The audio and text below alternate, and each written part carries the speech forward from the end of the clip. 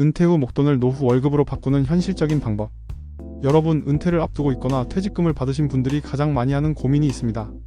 통장에 목돈은 있는데 왜 마음은 불안할까? 돈이 없어서 불안한 건 이해가 됩니다. 그런데 돈이 있는데도 불안한 경우가 있습니다. 퇴직금이 들어왔습니다. 예금 만기 자금도 있습니다. 그동안 모아둔 목돈도 있습니다. 겉으로 보면 이제 조금 편해져야 할 것 같은데 막상 현실은 다릅니다. 매달 들어오던 월급은 줄어들거나 끊깁니다. 관리비는 계속 나갑니다. 식비도 나갑니다. 보험료도 나갑니다. 병원비 걱정도 생깁니다. 자녀에게 도와줘야 할 일이 생길 수도 있습니다. 그러다 보면 통장에 1억 원이 있어도 이런 생각이 듭니다. 이 돈 그냥 두면 언젠가 다 줄어드는 거 아닌가? 예금 이자만으로 생활비가 충분할까? 매달 월급처럼 들어오게 만들 수는 없을까? 은퇴 후에 사람들이 일시납연금을 많이 한다던데 나도 검토해봐야 하나? 오늘 영상은 바로 이런 분들을 위한 내용입니다.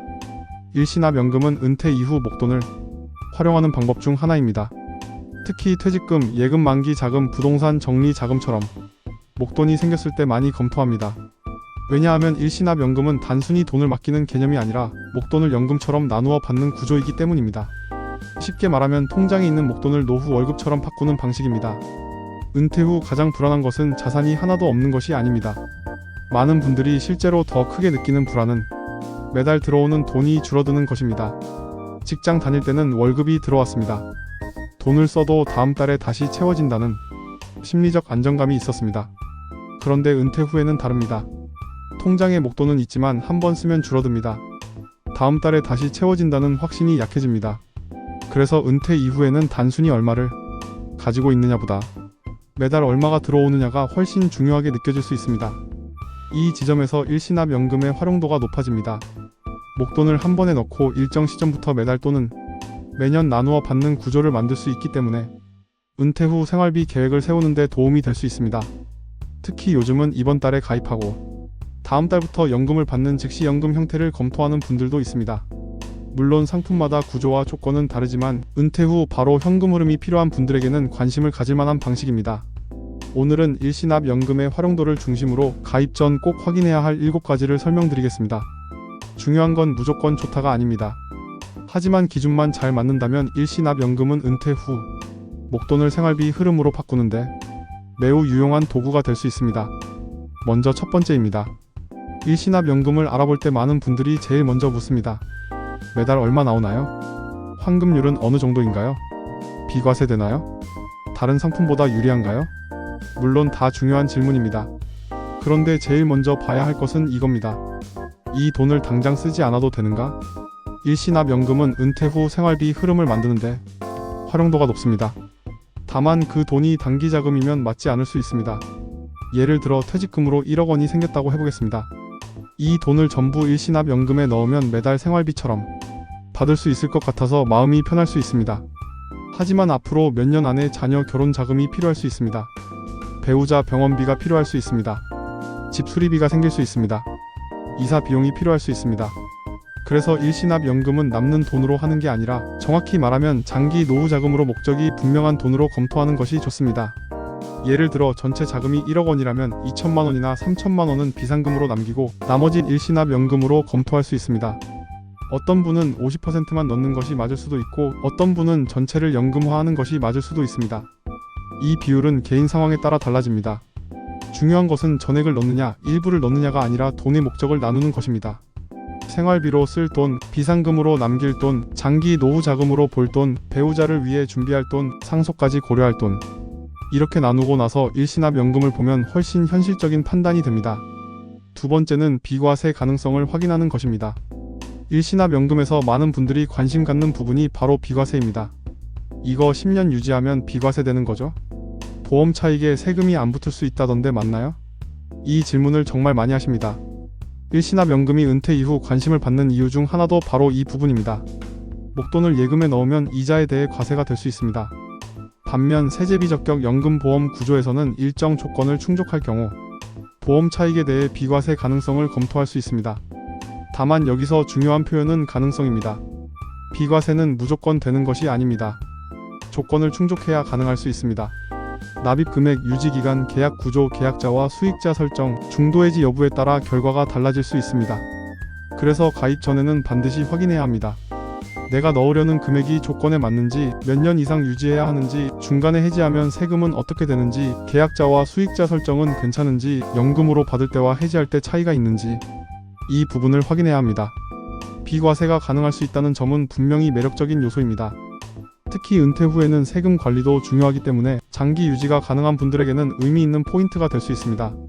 하지만 비과세니까 무조건 좋다가 아니라 내 계약이 비과세 조건을 충족할 수 있는가를 봐야 합니다. 이렇게 보면 일시납연금은 단순히 생활비 흐름뿐 아니라 세금 관리 측면에서도 매우 좋은 재테크 수단이 됩니다. 세 번째는 연금을 어떻게 받을지 정하는 것입니다. 일시납연금의 가장 큰 장점 중 하나는 목돈을 원하는 목적에 맞게 연금 흐름으로 바꿀 수 있다는 점입니다. 그런데 여기서 중요한 건 얼마를 받느냐만 보는 것이 아닙니다. 어떻게 받을 것인가가 더 중요할 수 있습니다. 예를 들어 어떤 분은 이렇게 생각합니다. 나는 오래 살 경우가 걱정입니다. 평생 생활비가 끊기지 않았으면 좋겠습니다. 이런 분은 종신형 구조를 검토할 수 있습니다. 살아있는 동안 연금이 지급되는 구조이기 때문에 장수 리스크를 줄이는 데 도움이 될 수 있습니다. 또 어떤 분은 이렇게 생각합니다. 나는 20년 정도만 안정적으로 받으면 됩니다. 이후에는 다른 자산이 있습니다. 이런 분은 확정기간형 구조를 검토할 수 있습니다. 10년, 20년, 30년처럼 정해진 기간 동안 받는 방식입니다. 또 어떤 분은 이렇게 말합니다. 생활비도 필요하지만 배우자나 자녀에게 남기는 것도 중요합니다. 이런 경우에는 상속형이나 배우자에게 이어지는 구조까지 함께 봐야 합니다. 일시납연금은 수령 방식에 따라 느낌이 완전히 달라질 수 있습니다. 월 수령액을 높게 보는 구조가 있을 수 있고, 가족에게 남기는 것을 더 고려한 구조가 있을 수 있고, 평생 현금 흐름에 초점을 맞춘 구조가 있을 수 있습니다. 어떤 방식이 가장 좋다고 단정할 수는 없습니다. 내 목적에 따라 달라집니다. 생활비가 중요한 분은 생활비 중심으로, 배우자 보호가 중요한 분은 배우자 중심으로, 상속까지 고려하는 분은 사망 후 구조까지 봐야 합니다. 일시납연금의 활용도가 높은 이유는 바로 여기 있습니다. 단순히 목돈을 맡기는 게 아니라 내가 원하는 노후 현금 흐름의 자산을 만들 수 있기 때문입니다. 네 번째는 해지 환급금과 환급률을 확인하는 것입니다. 요즘 일시납연금을 검토하시는 분들이 많이 물어보는 부분이 있습니다. 환급률은 어느 정도인가요? 몇 년 지나면 원금 수준이 되나요? 예금보다 괜찮게 볼 수 있나요? 맞습니다. 일시납연금은 상품과 구조에 따라 일정 기간 이후 환급률이 비교적 높게 제시되는 경우도 있습니다. 특히 장기 유지가 가능한 분들은 환급률 예시표를 보고 관심을 갖는 경우가 많습니다. 다만 여기서 꼭 기억해야 할 점이 있습니다. 환급률은 상품, 이율, 가입 나이, 성별, 납입 금액, 수령 방식, 해지 시점에 따라 달라질 수 있습니다. 그래서 환급률이 높다는 표현만 보고 결정하기보다는 내 조건에서 몇 년 차에 어느 정도 환급률이 나오는지 직접 확인해야 합니다. 가입 전에는 반드시 해지 환급금 예시표를 봐야 합니다. 1년 뒤에는 얼마인지, 5년 뒤에는 얼마인지, 10년 뒤에는 얼마인지, 연금을 받기 전과 받은 후에는 어떻게 달라지는지 이 부분을 확인하면 훨씬 명확해집니다. 특히 장기 유지가 가능한 자금이라면 환급률 구조가 유리하게 느껴질 수 있습니다. 그래서 은퇴 이후 목돈을 오래 묶어둘 수 있는 분들이 일시납연금을 많이 검토하는 경우도 많습니다. 물론 부동산 처리 자금을 5년 만기로 목적 자금 형태로 가는 경우도 있기는 합니다. 예금은 만기가 짧고 구조가 단순합니다. 일시납연금은 장기 유지와 현금 흐름에 초점을 둡니다. 즉 예금은 언제든 다시 찾을 수 있는 돈에 가깝고, 일시납연금은 매달 생활비 흐름을 만들기 위한 돈에 가깝습니다. 장기 환급률과 연금 수령 구조를 함께 비교해야 하는 상품입니다. 다섯 번째는 공시이율이나 운용 방식을 확인하는 것입니다. 일시납연금이라고 해서 모두 같은 방식으로 운용되는 것은 아닙니다. 어떤 상품은 공시이율형 구조일 수 있고, 어떤 상품은 투자 성과에 따라 결과가 달라지는 변액형 구조일 수 있습니다. 최근에는 달러형도 문의가 정말 많고, 달러의 시금으로 1억 원 대비 수익을 즉각 보시는 분들도 타이밍만 좋았다면 가능할 수도 있습니다. 그만큼 적립형에 비해서 환급률이 단기에도 좋은 수 있는 방식입니다. 은퇴 이후 자금이라면 이 부분이 중요합니다. 20대, 30대 투자 자금과 60대 퇴직금은 성격이 다릅니다. 젊을 때는 투자 자산이 흔들려도 기다릴 시간이 있을 수 있습니다. 하지만 은퇴 후 생활비로 쓸 돈은 기다리기 어려울 수 있습니다. 그래서 많은 은퇴자분들이 안정적인 현금 흐름을 선호합니다. 공시이율형은 비교적 이해하기 쉽고 안정적인 흐름을 기대하는 분들이 관심을 갖는 구조입니다. 다만 공시이율은 고정금리가 아닐 수 있고 금리 환경에 따라 변동될 수 있습니다. 변액형은 투자 성과에 따라 더 높은 결과를 기대할 수 있는 반면 손실 가능성도 함께 봐야 합니다. 중요한 것은 내 성향입니다. 나는 안정적인 생활비 흐름이 더 중요한가, 아니면 일부 변동성을 감수하고 투자 성과를 기대할 수 있는가, 이 돈이 생활비 자금인가, 여유 투자 자금인가. 이 질문에 따라 선택이 달라집니다. 은퇴 후 일시납연금을 활용하는 많은 분들은 대체로 생활비 흐름과 안정성을 중요하게 봅니다. 그래서 수익률만 보기보다 내가 매달 받을 수 있는 현금 흐름과 유지 가능한 구조를 함께 봐야 합니다. 여섯 번째는 물가 상승률까지 고려하는 것입니다. 연금을 받을 때 많은 분들이 월 수령액을 봅니다. 매달 50만원 나오면 괜찮을까요? 100만원 정도면 생활비에 도움이 되겠죠? 물론 월 수령액은 중요합니다. 하지만 한 가지 더 봐야 합니다. 지금의 100만원과 10년 뒤의 100만원은 체감이 다를 수 있습니다. 식비, 관리비, 병원비, 보험료, 간병비 같은 비용은 시간이 지날수록 부담이 커질 수 있습니다. 그래서 일시납연금 하나로 모든 노후 준비를 끝내기보다는 노후 자금의 한 축으로 활용하는 것이 좋습니다. 예를 들어 이렇게 나눠볼 수 있습니다. 비상금은 예금이나 CMA 같은 현금성 자산으로 둡니다. 생활비 흐름은 일시납연금으로 만듭니다. 세액공제와 장기 투자는 연금저축이나 IRP로 봅니다. 물가 상승률을 고려한 성장 자산은 ETF형 연금이나 다른 투자 자산으로 나눠볼 수 있습니다. 물론 이 조합이 모든 사람에게 맞는 것은 아닙니다. 하지만 중요한 것은 일시납연금의 역할을 정하는 것입니다. 일시납연금은 생활비 흐름을 만드는 역할, 예금은 비상금 역할, 연금저축과 IRP는 세액공제와 장기 투자 역할, ETF형 연금은 성장 자산 역할. 이렇게 역할을 나누면 노후 자금 계획이 훨씬 선명해집니다. 일시납연금의 장점은 여기서 분명합니다. 은퇴 후 가장 필요한 현금 흐름을 만들어주는 역할을 할 수 있다는 점입니다. 일곱 번째는 배우자와 상속 구조까지 보는 것입니다. 은퇴 후 연금 설계에서 정말 중요한 부분입니다. 많은 분들이 처음에는 본인 기준으로만 생각합니다. 내가 매달 얼마 받나요? 내가 몇 살부터 받나요? 내가 오래 살면 어떻게 되나요? 그런데 배우자가 있다면 질문을 하나 더 해야 합니다. 내가 먼저 사망하면 배우자는 어떻게 되나요? 이 질문은 매우 중요합니다. 노후 자금은 본인만의 문제가 아닙니다. 특히 부부라면 한 사람이 먼저 사망했을 때 남은 배우자의 생활비가 중요합니다. 일시납연금은 수령 방식에 따라 사망 후 지급 구조가 달라질 수 있습니다. 본인 생존 기간에 집중된 구조가 있을 수 있고, 배우자에게 이어지는 구조가 있을 수 있고, 자녀에게 남길 수 있는 구조가 있을 수 있습니다. 어떤 분은 자녀에게 남기는 것이 중요합니다. 어떤 분은 자녀보다 배우자의 생활비가 더 중요합니다. 또 어떤 분은 본인과 배우자의 생활비를 우선하고 남는 자산은 별도로 관리하고 싶어 합니다. 정답은 없습니다. 다만 가입 전에 이 부분을 확인하지 않으면 나중에 생각과 달라질 수 있습니다.